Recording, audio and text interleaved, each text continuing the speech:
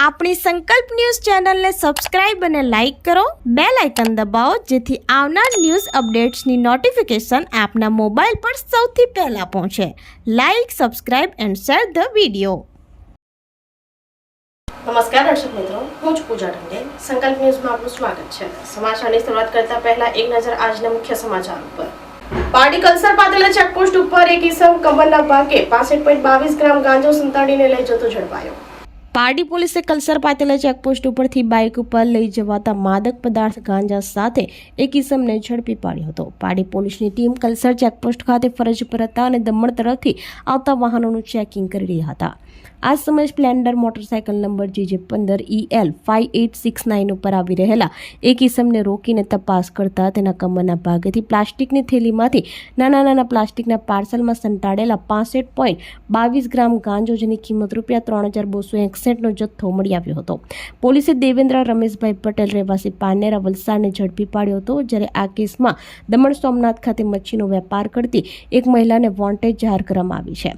પોલીસે કુલ 56,000 નો મુદ્દામાલ કબજે કર્યો હતો. પોલીસ તપાસમાં સામે આવ્યું કે પકડાયેલ આરોપી અગાઉ પણ પારડી પોલીસ સ્ટેશનમાં પ્રોહિબિશન અને MV એક્ટ હેઠળના 4 જેટલા ગુનાઓમાં અગાઉ ચોપડે ચડી ચૂક્યો છે. હાલ પારડી પોલીસે આગળની કાયદેસરની કાર્યવાહી હાથ ધરી છે.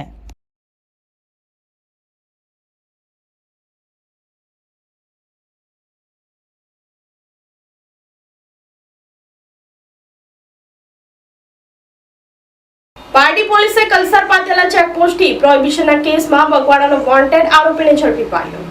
પારડી પોલીસે ગણદેવી પોલીસ મથકે પ્રોહિબિશનના ગુનામાં છેલ્લા 1 વર્ષથી નાસ્તા ફરતા આરોપીને ઝડપી પાડ્યો હતો. પારડી પોલીસની ટીમ પેટ્રોલિંગમાં હતી તે દરમિયાન બાતમી મળી હતી કે ગણદેવી પોલીસ સ્ટેશનના પ્રોહિબિશનના ગુનામાં વોન્ટેડ આરોપી કલસર પાતેલા ચેકપોસ્ટ આગળ માછલીઘર પાસે ઊભો છે. જે બાતમીના આધારે પોલીસે સ્થળ ઉપર રેડ કરી આરોપી ધર્મેશ ભગુભાઈ પટેલ રહેવાસી બગવાડા તાલુકો પારડીની અટકાયત કરી હતી. પોલીસ તપાસમાં સામે આવ્યું છે કે પકડાયેલ આરોપી ધર્મેશ પટેલ અગાઉ પણ અનેક ગુનાઓમાં સંકળાયેલો હતો, જેમાં પારડી પોલીસ સ્ટેશનમાં 7 જેટલા અલગ પ્રોહિબિશનના ગુનાઓ તથા ડુંગરી પોલીસ સ્ટેશનમાં 1 પ્રોહિબિશનનો ગુનો, આમ તેની સામે કુલ 8 થી વધુ પ્રોહિબિશન સંબંધિત ગુનાઓ નોંધાયેલા છે. પોલીસે આગળની કાર્યવાહી હાથ ધરી હતી.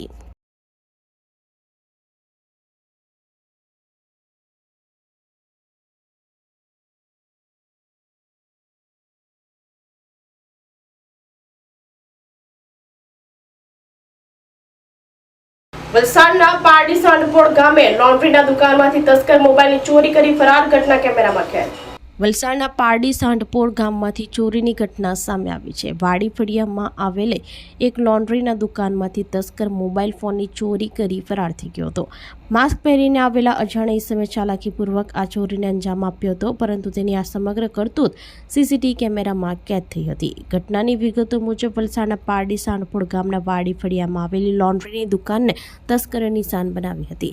CCTV ફૂટેજમાં સ્પષ્ટપણે જોઈ શકાય છે કે એક અજાણ્યું ઈસમ પોતાના મોઢા ઉપર માસ્ક પહેરીને દુકાનની અંદર પ્રવેશ કરે છે અને દુકાનમાં મૂકેલો મોબાઈલ ફોન ચોરી કરી ફરાર થઈ ગયો હતો. દુકાન માલિક દ્વારા સમગ્ર મામલે પોલીસ ફરિયાદ નોંધવાની તજવીજ હાથ ધરવામાં આવી છે.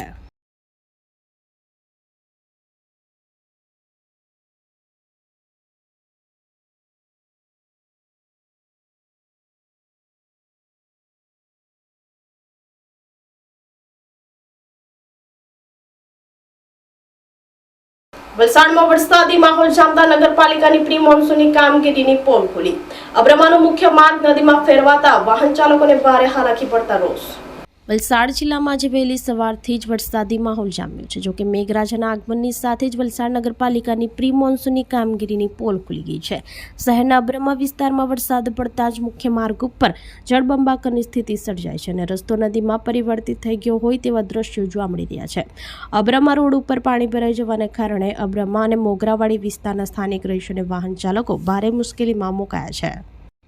ઉલ્લેખનીય છે કે આજ મુખ્ય માર્ગ ઉપર સરકારી પ્રાથમિક શાળા તેમજ ખાનગી પ્રાથમિક શાળા આવેલી છે. નાના બાળકોને શાળાએ જવા માટે આજ એકમાત્ર મુખ્ય રસ્તો હોવાથી ઘૂંટણસમા પાણીમાંથી પસાર થવા વિદ્યાર્થીઓને વાલીઓ મજબૂર બન્યા છે.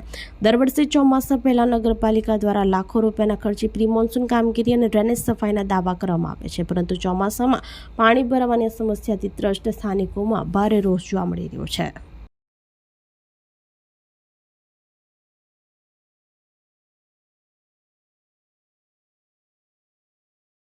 પાડીના સોંડલવાડા રસ્તા પર ભારે વરસાદ વચ્ચે વડનું વિશાળ ઝાડ ધરાશયી, સદનસીબે જાનહાનિ ટળી.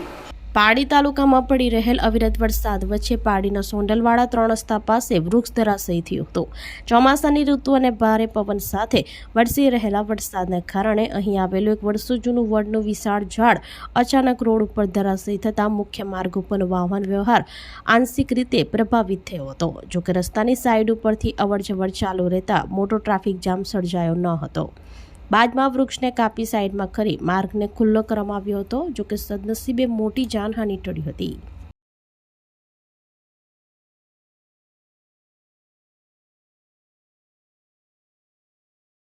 દમણના પ્રવેશ દ્વાર સમાન વડચોકી સર્કલની હાલત બિસ્માર અને લોખંડના પાંદડા ચોરાયાની આશંકા. દમણ ટાઉનમાં પ્રવેશતા સહેલાણીઓ માટે મુખ્ય માર્ગ એવા વડ ચોકી ઉપર બનાવવામાં આવેલા સર્કલની હાલત અત્યંત બિસ્માર બની ગઈ છે. પ્રદેશના બ્યુટિફિકેશનના ભાગરૂપે બિગ સેલો કંપનીના CSR પ્રોજેક્ટ અંતર્ગત આ વડ ચોકી પાસે લોખંડના 3 પાંદડાના આકારનું સુંદર સર્કલ તૈયાર કરવામાં આવ્યું હતું અને તેની બરાબર વચ્ચે એક વડનું ઝાડ વાવવામાં આવ્યું હતું. પરંતુ હાલ ચોમાસાની ઋતુમાં સર્કલની કોઈ જ માવજત ન કરાતા તેની મૂળ બ્યુટી જ ખોવાઈ ગઈ છે. સાર સંભાળના અભાવે લોખંડના પાંદડા નમી પડ્યા છે. એટલું જ નહીં પરંતુ 3 પૈકી 1 પાંદડાનો અડધો ભાગ ગાયબ થઈ ગયો છે, જે ચોરાઈ ગયો હોવાની પ્રબળ આશંકા સેવાઈ રહી છે. દરરોજ મોટી સંખ્યામાં સહેલાણીઓ આ જ માર્ગ ઉપરથી પસાર થઈને દમણમાં પ્રવેશ કરતા હોય ત્યારે પ્રશાસન દ્વારા સત્વરે આ સર્કલનું સમારકામ કરી તેની યોગ્ય જાળવણી કરવામાં આવે તેવી ઉગ્ર લોક માંગ ઉઠી છે.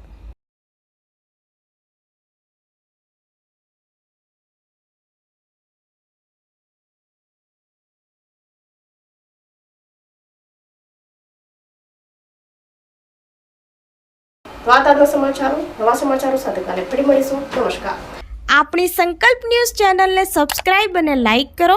બેલ આઇકન દબાવો જેથી આવનાર ન્યૂઝ અપડેટ્સની નોટિફિકેશન આપના મોબાઈલ પર સૌથી પહેલા પહોંચે. Like, subscribe and share the video.